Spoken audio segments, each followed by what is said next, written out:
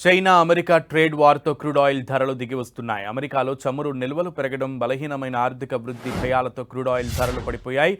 Barrel Brent crude స్వల్పంగా తగ్గి $74 పలుకుతోంది. మరోవైపు చైనాకు ఇరాన్ నుంచి మిలియన్ల కొద్దీ బ్యారెళ్ల చమురును తరలించే డజనుకు పైగా సంస్థలు, వ్యక్తులపై అమెరికా ఆంక్షలు విధించింది. ఇందులో చైనా, భారత్, యుఏఈ దేశాలకు చెందిన సంస్థలున్నాయి.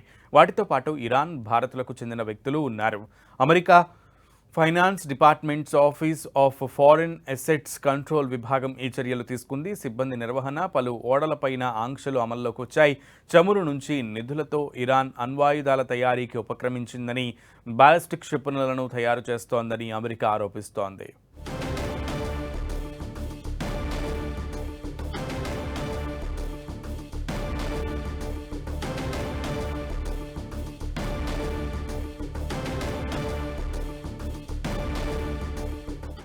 చైనా అమెరికా ట్రేడ్ వార్తో క్రూడ్ ఆయిల్ ధరలు దిగివస్తున్నాయి. అమెరికాలో చమురు నిల్వలు పెరగడం, బలహీనమైన ఆర్థిక వృద్ధి భయాలతో క్రూడ్ ఆయిల్ ధరలు పడిపోయాయి. బ్యారెల్ బ్రెంట్ క్రూడ్ స్వల్పంగా తగ్గి $74 పలుకుతోంది. మరోవైపు చైనాకు ఇరాన్ నుంచి మిలియన్ల కొద్దీ బ్యారెళ్ల చమురును తరలించే డజనుకు పైగా సంస్థలు, వ్యక్తులపై అమెరికా ఆంక్షలు విధించింది. ఇందులో చైనా, భారత్, యుఏఈ దేశాలకు చెందిన సంస్థలున్నాయి.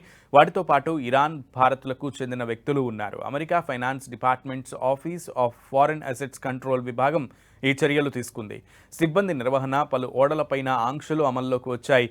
చమురు నుంచి నిధులతో ఇరాన్ అణ్వాయుధాల తయారీకి ఉపక్రమించిందని, బాలిస్టిక్ క్షిపణులను తయారు చేస్తోందని అమెరికా ఆరోపిస్తోంది.